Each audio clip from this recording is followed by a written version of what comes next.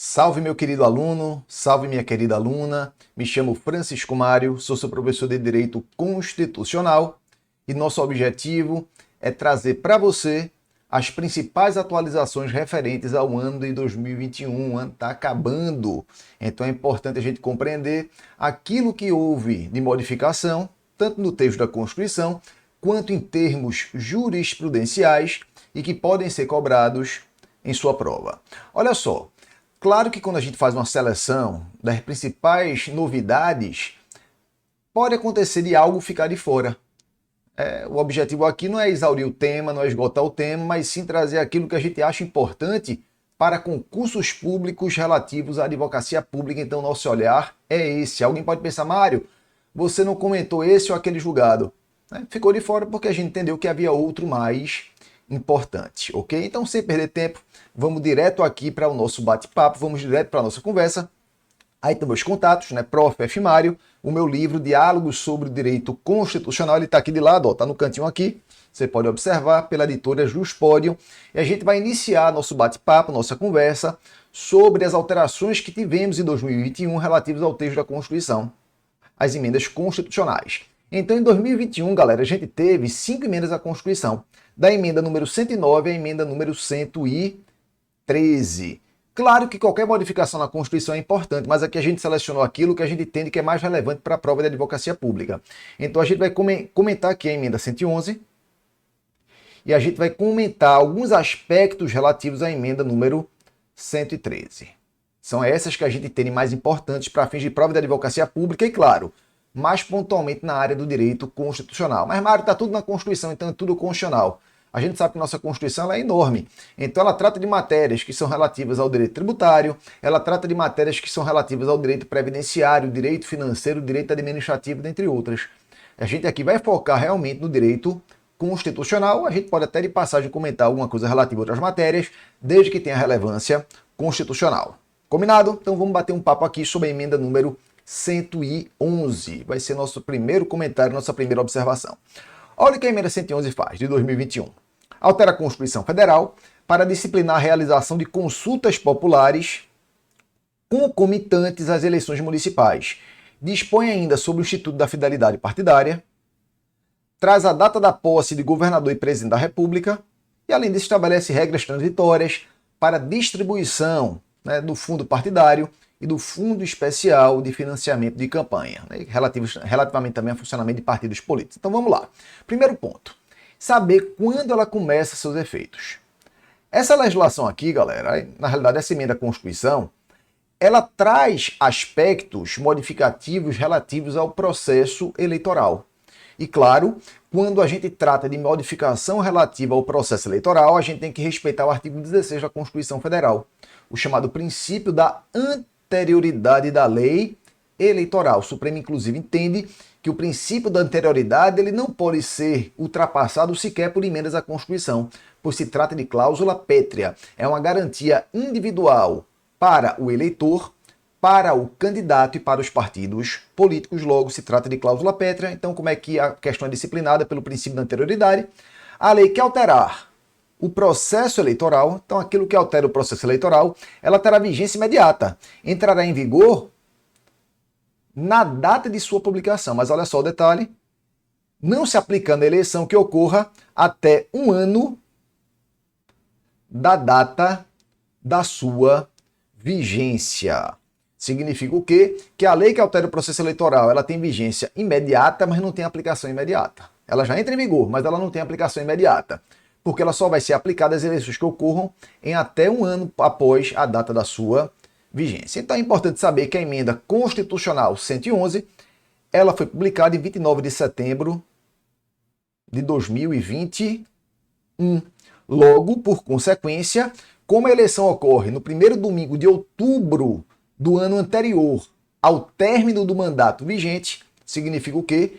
Que a emenda 111 ela foi publicada ali um pouquinho antes, de outubro, 29 de setembro, logo ela pode ser aplicada nas eleições que vão ocorrer no ano seguinte, as eleições que vão ocorrer em 2022. A gente vai ver aqui que alguns dispositivos, a própria emenda ressalva e determina uma vigência mais para frente ainda, uma vigência ainda mais prolongada no tempo, lá na frente, né? Mas aquilo que ela silencia, ela poderia ser aplicada assim nas eleições que vão ocorrer em 2022, beleza? Vamos aqui. Então, primeira modificação, ela estabeleceu, né, uma forma de consulta popular, né, somente no âmbito municipal. Olha o que diz o artigo 14, parágrafo 12, dado pela emenda 111. Isso aqui está na Constituição, texto da Constituição. Serão realizadas concomitantemente às eleições municipais, ou seja, junto com as eleições municipais. Então, junto com as eleições municipais, serão realizadas o quê? Consultas populares sobre questões locais, aprovadas pela Câmara Municipal. Então, a Câmara Municipal, né, ela aprovaria essa consulta local e vão ser encaminhadas à Justiça Eleitoral em até 90 dias antes da data das eleições, observados os limites operacionais relativos ao número de quesitos, né, quantidade de consultas. Parágrafo 13. As manifestações favoráveis e contrárias às questões submetidas à consulta popular, conforme o parágrafo 12 que a gente acabou de ler, ocorrerão durante campanha eleitoral. Detalhezinho aqui, perfeito para uma questão objetiva, sem a utilização de propaganda gratuita no rádio e na televisão. A gente sabe que a Constituição Federal ela estabelece um modelo de democracia semidireta, ou democracia mista. Significa o quê? Está ali no artigo 1º, parágrafo único. Significa o quê? Que o poder emana do povo, somos um Estado democrático, e esse poder vai ser exercido por meio de representantes eleitos. A gente elege e alguém toma decisão em nosso nome, ou diretamente nos termos da Constituição Federal. Ou seja, a gente tem modelos de democracia direta, a gente tem instrumentos de democracia indireta e também instrumentos de democracia direta. Então somos uma democracia semidireta. Os principais modelos, os principais instrumentos, ferramentas que temos para o exercício de democracia direta são os chamados referendos e plebiscitos. São os instrumentos típicos de consulta popular. O plebiscito e o referendo. Tanto o plebiscito quanto o referendo, galera, eles são regulados pela Lei 9507, né? A Lei 9, melhor dizendo, galera, a Lei 9709, né? É o que diz a Lei 9709. Né? Lei 9709 de 98. A soberania popular é exercida por sufrágio universal e pelo voto direto e secreto com valor igual para todos, nos termos desta lei e das normas constitucionais pertinentes, mediante. Aí tem as consultas aqui, plebiscito e referendo. Também iniciativa popular. O plebiscito, artigo 2º, e referendo são consultas formuladas ao povo, consultas populares, para que delibere sobre matéria de acentuada relevância, de natureza constitucional, legislativa ou administrativa. O plebiscito é convocado com anterioridade ao ato legislativo ou administrativo, cabendo ao povo aprovar ou denegar o que tenha sido submetido. Já o referendo é convocado com posterioridade ao ato legislativo ou administrativo, cumprindo ao povo a respectiva ratificação ou rejeição. Então, galera, né, a gente tem aqui tanto o conceito de referendo quanto de plebiscito. É isso que a emenda 111 no seu início trata, né? É isso que ela trata de início. Então lembrar a diferença entre plebiscito e referendo, modalidade de consulta popular, plebiscito é uma consulta prévia, referendo é uma consulta posterior. Quando se tratar dessas consultas em âmbito municipal, elas poderão ser realizadas, devem ser realizadas na realidade, né? Como a Constituição determina, serão realizadas, né? Aqui a gente tem um imperativo, concomitante à eleição municipal, então concomitante à eleição para prefeito e para vereador, né? As consultas aí sobre questões locais, o plebiscito ou referendo. E tem que ser encaminhada à Justiça Eleitoral até 90 dias antes da data das eleições.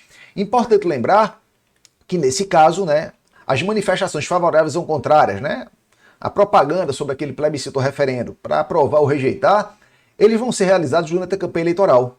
Mas não pode ser utilizado a propaganda gratuita de rádio e televisão, fique atento a isso. Compete a quem convocar plebiscito e autorizar referendo. Compete ao legislativo.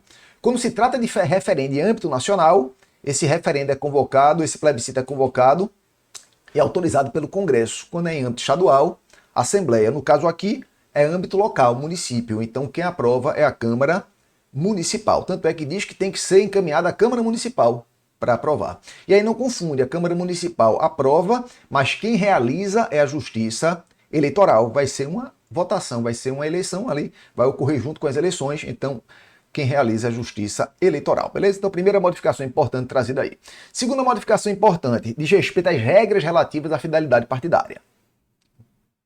A gente sabe que o Supremo, há muito tempo, firmou um entendimento, né, que o leading case, o MS 266602, ele firmou um entendimento de que a alteração do partido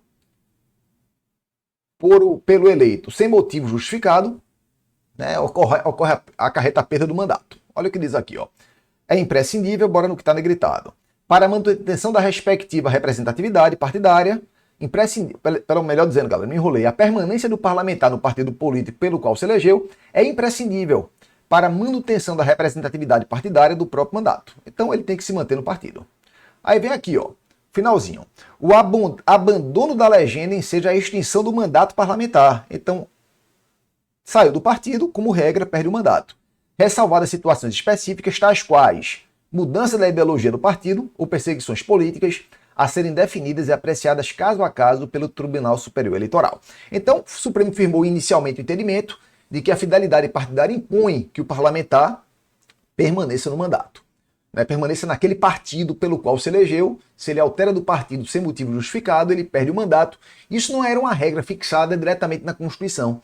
Era uma interpretação que o Supremo dava ao princípio da fidelidade partidária. Observa, a Constituição trata da fidelidade partidária, mas ela não previa uma espécie de consequência pela infidelidade partidária. Então o Supremo, na sua interpretação, firmou essa consequência e disse, olha, se você trocar de partido sem motivo justificado, você perde o mandato. Supremo, mais na frente, avançou na tese, né, a DIN 581, para dizer o seguinte, olha, essa regra de perda de mandato por infidelidade partidária, ela só é aplicável nas eleições pelo sistema proporcional. Olha o que diz. Então não se aplica no majoritário. O sistema majoritário, adotado para a eleição de presidente da República, governador, prefeito e senador, tem lógica e dinâmica diversas do sistema proporcional. As características do majoritário, com a sua ênfase na figura do candidato, fazem com que a perda do mandato no caso de mudança de partido frustre a vontade do eleitor e vulnere a soberania popular. Com base nisso, o TSE editou a súmula 67. Olha o que diz. A perda do mandato em razão da desfiliação partidária não se aplica aos candidatos eleitos pelo sistema majoritário. Significa o quê? Que perda do mandato a partir da DIN 51 e súmula 67 do TSE, perda do mandato por infidelidade partidária só aplicável nas eleições pelo sistema proporcional. Significa deputado federal, deputado estadual, deputado distrital e vereador. Mas observe que mesmo para esses cargos, caso ocorra o abandono do partido, a perda do mandato só ocorre se não houver justa causa. O TSE começou a analisar o que seria ou não justa causa, e a própria legislação passou a tratar disso. Bora dar uma observada aqui, ó. Texto constitucional, artigo 17, parágrafo 5º, trouxe uma nova possibilidade de desfiliação sem perda do mandato. Olha o que diz o artigo 17, parágrafo 5º, isso aqui não é novidade, a gente está vendo aqui apenas a evolução para vocês compreenderem o tema. Isso aqui foi trazido pela emenda 97 lá de 2017. Ao eleito por partido que não preencher os requisitos previstos no parágrafo 3º deste artigo, quais são os requisitos, galera? São os requisitos necessários para que aquele partido tenha acesso ao fundo partidário e horário gratuito, né, nos meios de telecomunicação, né, horário gratuito no rádio e na TV. Então o camarada, se foi candidato, ele se elegeu, mas o partido dele não obteve os votos necessários para ter acesso ao rádio e à televisão gratuitamente, bem como ao fundo partidário. É o que diz, nesse caso, aí, a emenda 97. Se o partido não preencher, é assegurado o mandato, ou seja, o candidato permanece no mandato e facultada a filiação sem perda do mandato. Aqui, ó. Sem perda do mandato. A outro partido que o tenha atingido, não sendo essa filiação considerada para fins de distribuição dos recursos do fundo partidário e de acesso gratuito ao tempo de rádio e de televisão. Então a própria Constituição, no artigo 17, parágrafo 5º, redação dada pela emenda 97, ela trouxe a possibilidade de alteração do partido sem perda do mandato, beleza? E aí vem a novidade. O artigo 17, parágrafo 6º, né, da Constituição, redação trazida pela emenda 111 de 2021, que diz o seguinte: os deputados federais, deputado federal, os deputados estaduais, os deputados distritais e os vereadores, ou seja, aqueles eleitos pelo sistema proporcional, que se desligarem do partido pelo qual tenham sido eleitos, perderão o mandato. Observe que agora a Constituição, ela passa a prever expressamente essa consequência.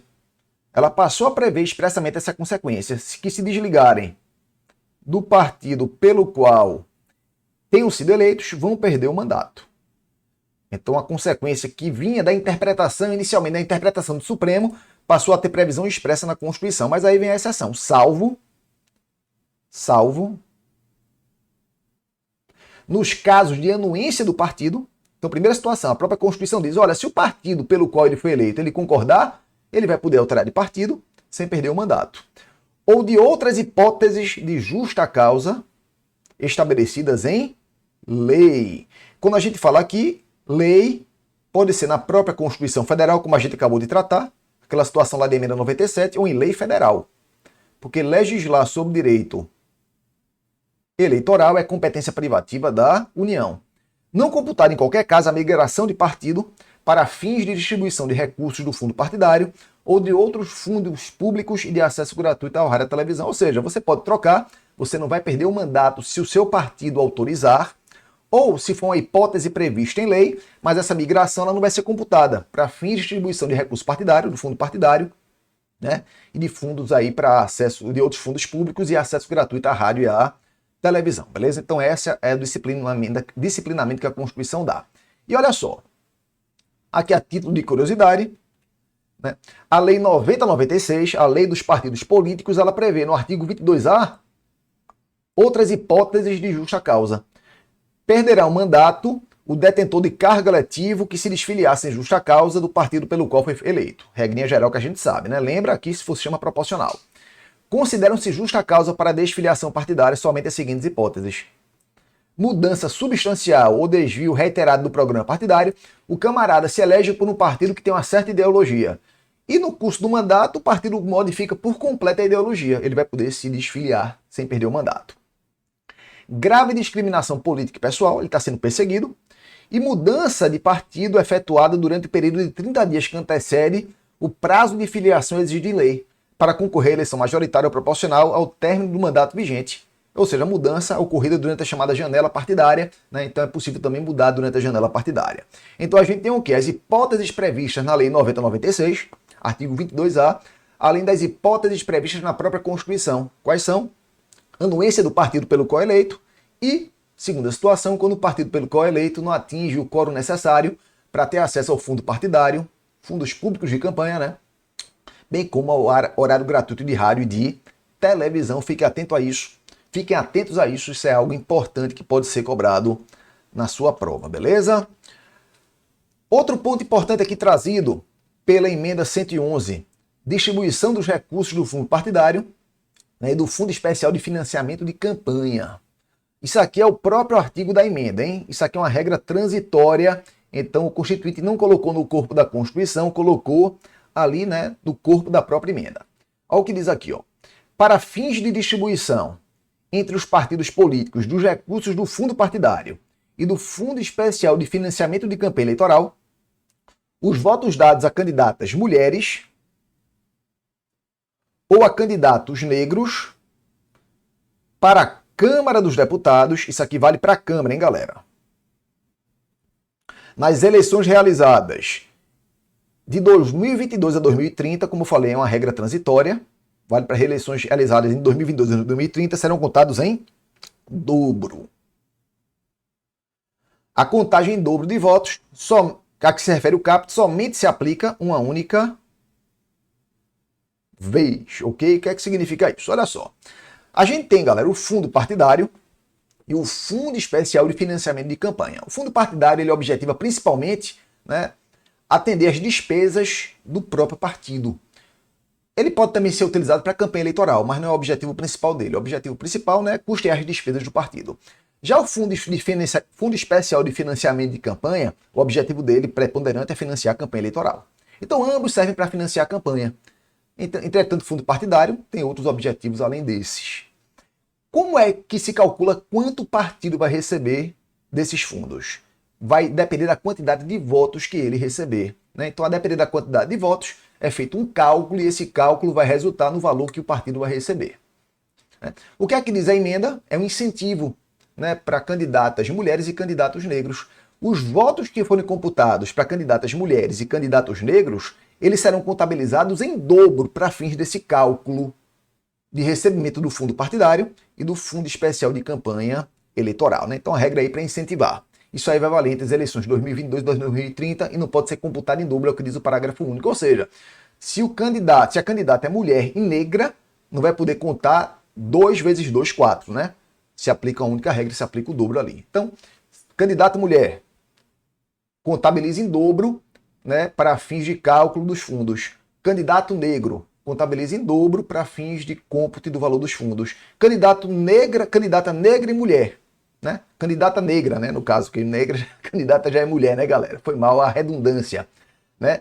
Então, candidato lá negra e mulher. Nesse caso, se contabiliza uma única vez também, em dobro. Você não vai contabilizar 2 vezes 2, não vai ser uma contabilização em quádruplo, entenderam? Então, essa é uma regra transitória, mas pode ser utilizado como uma casca de banana. Por quê? Porque não está no corpo da Constituição, está no corpo da emenda 111.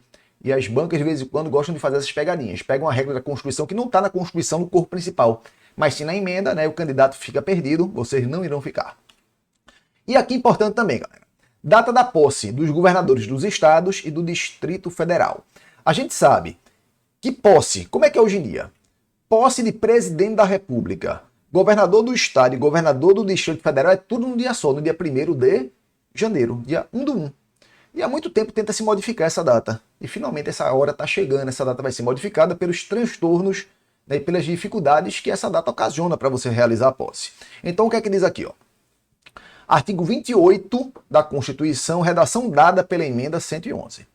A eleição do governador e do vice-governador do estado para mandato de 4 anos, continua os 4 anos de mandato, realizar-se-á no primeiro domingo de outubro, em primeiro turno, e no último domingo de outubro, em segundo turno, se houver do ano anterior ao término do mandato de seus antecessores. Até aqui nenhuma modificação. E a posse ocorrerá, agora a modificação, em 6 de janeiro, galera. Então era 1º de janeiro, vai passar a ser a 6 de janeiro, no ano subsequente, observado quanto ao mais o disposto no artigo 77 da Constituição. Com relação ao presidente, artigo 82, redação dada pela emenda 111. Olha o que diz: o mandato do presidente da República é de 4 anos, mantém-se a duração do mandato e terá início em 5 de janeiro do ano seguinte ao de sua eleição. Então, como é que ficou agora? Presidente da República, início do mandato, 5 de janeiro. Governador do estado e do Distrito Federal, não vale para governador do território, né? Governador do estado e do DF, dia 6 de janeiro. Mas olha só, alguém pode perguntar: Mário, a gente vai ter eleição ano que vem, em 2022. Será que a posse em 2023 já vai atender essa regra? Não, galera.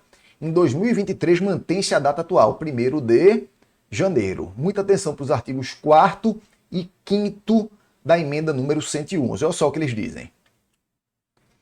O presidente da República e os governadores de estado e do Distrito Federal eleitos em 2022, né? Então aquele que é eleito em 2022 tomarão posse em 1º de janeiro de 2023. E seus mandatos durarão até a posse dos seus sucessores em 5 e 6 de janeiro de 2027, respectivamente. Ou seja, essas novas datas, 5 de janeiro para presidente, 6 de janeiro para governador, só a partir de 2027. Olha o que diz o artigo 5º, para reforçar o que diz o artigo 4º, para não deixar dúvida. As alterações efetuadas nos artigos 28 e 82 da Constituição, constantes do artigo 1º desta emenda, relativas à data de posse dos governadores, de vice-governador, presidente e de vice da República serão aplicadas somente a partir das eleições de 2026. Ou seja, as eleições que ocorrem em 2026 vão dar posse em 2027, né? Vão dar posse em 2027. Então, perceberam? Então, em 2023 permanece 1º de janeiro, presidente e governador. A partir de 2027, 5 de janeiro, presidente, 6 de janeiro, os governadores. E aí a gente vai ter uma curiosidade. A gente vai ter uma situação na qual, né, transitoriamente, o mandato ultrapassará os 4 anos.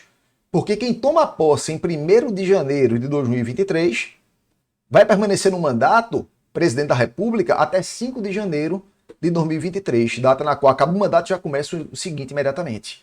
O mesmo vale para governador com relação ao dia 6 de janeiro. Né? 1º de janeiro de 2023 vai até o 6 de janeiro de 2027, quando ele vai tomar posse. Então você vai ter um mandato de 4 anos e alguns poucos dias. Né? Uma situação inusitada, mas que a gente vai ter, né, durante esse período. A partir de 2027 normaliza e voltam os 4 anos normalmente. Beleza? Então, de maneira muito rápida, né? Foi bem rápido aqui, é bem dinâmico, mas o objetivo é esse mesmo, galera, dar uma visão geral. A gente tratou da emenda 111. A gente vai conversar agora sobre a emenda número 113. Essa aí também é muito importante para quem vai fazer prova de advocacia pública, porque é uma emenda que trata de dívidas da fazenda pública resultantes de decisões condenatórias. Né? Então, isso aí pode ser cobrado na sua prova, envolve o sistema de precatórios, então muita atenção para isso aqui. A gente não vai esgotar a emenda 113, galera. Eu quero tratar com vocês sobre ela de um ponto muito específico, um ponto que eu entendo como o mais relevante para ser cobrado na sua prova, beleza? Então bora dar uma olhadinha aqui, ó. Olha o que diz a emenda número 113. Altera a Constituição Federal e o ADCT para estabelecer o novo regime de pagamento de precatórios, modificar normas relativas ao novo regime fiscal e autorizar o parcelamento de débitos previdenciários do município e da outras providências. Essa emenda 113 trata de muita coisa. Ela altera o sistema de pagamento de precatórios, né, estabelecendo aí possibilidade de parcelamento. Eu quero tratar com vocês de um ponto muito específico dela, galera, que é a questão relativa aos juros e correção monetária. Isso aqui tem muita cara de prova. Muito cuidado com isso aqui. Isso aqui certamente vai ser cobrado em provas objetivas. Olha o que diz aqui, ó. O artigo 3º da emenda 113. Isso aqui não está no corpo principal da Constituição, está na emenda, ok? Nas discussões e coordenações que envolvam a fazenda pública, primeiro ponto importante, ó, independentemente de sua natureza. Então vale para débito tributário, vale para débito previdenciário, vale para débitos cíveis de maneira geral, porque é independentemente da sua natureza. Para fins de atualização monetária, serve para atualização monetária, remuneração do capital, ou seja, juros compensatórios, e compensação de mora, juros de mora. Inclusive de precatório, para não deixar dúvida. Vale para precatórios e para o momento anterior ao precatório, né? Para contabilização da correção, juros de mora e compensatórios, até mesmo o momento anterior à própria expedição do precatório, né?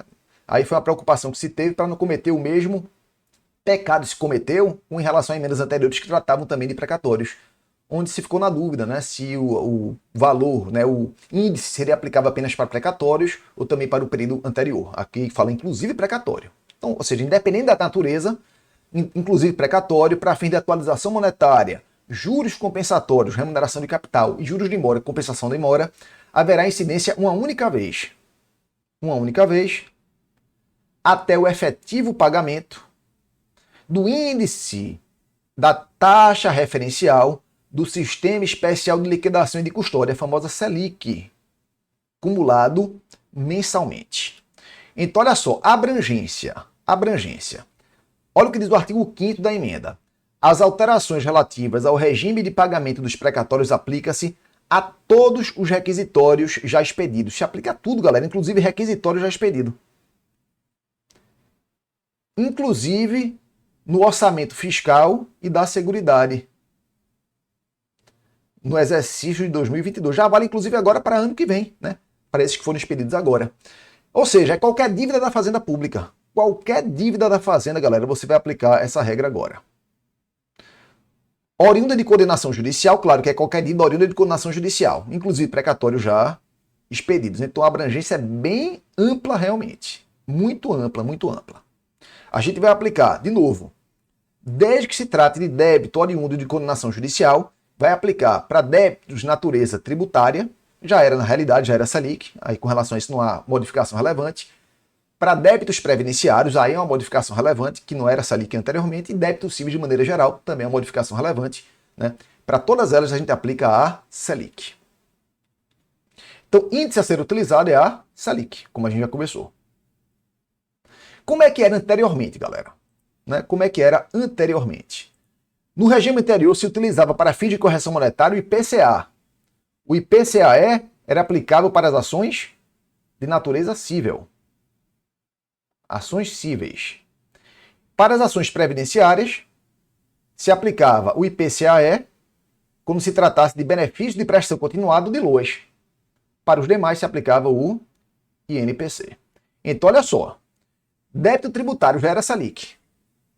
Débito previdenciário para BPC, benefício de prestação continuada, e LOAS, você aplicava IPCAE. Para os demais débitos previdenciários, você aplicava o INPC. Dívidas de natureza civil de modo geral, aplicava o IPCAE. Então, era isso que funcionava anteriormente. A partir de agora é Selic para tudo. E aí, claro, né, já se ingressou com a DIN contra a emenda, a DIN 7047. A DIN 7047. Já se ingressou com essa DIN, alegando o quê? Que a Selic ela não remunera adequadamente nem corrige adequadamente o capital, né, o valor a ser pago. A Selic é um instrumento de política monetária. Então, como ela não remunera adequadamente nem corrige adequadamente o capital, haveria ofensa ao direito à propriedade. Então, em razão disso, a fixação da Selic seria inconstitucional. Fiquem atentos para essa DIN, né? Até agora ela não foi julgada. Estou gravando essa aula aqui em dezembro de 2021. Não houve julgamento dela até agora, né? Não foi definida cautelar nem nada. Então, a emenda nesse ponto continua em vigor. Claro que a depender de quando você estiver assistindo esse vídeo, recomendo que você acesse o site do Supremo e olhe lá se na DIN 7047 não houve alguma decisão. Por enquanto, vale o que a gente conversou aqui, né? Enquanto não houver nenhuma liminar ou julgamento dessa DIN, né, vale o que a gente conversou, aplica-se a Selic. E uma última preocupação, a limitação temporal, né, com relação a isso. A partir de quando vigora? A partir da publicação da emenda constitucional 113, 9 de dezembro de 2021. Para o período anterior, deve ser utilizados os parâmetros anteriores, obviamente, ok?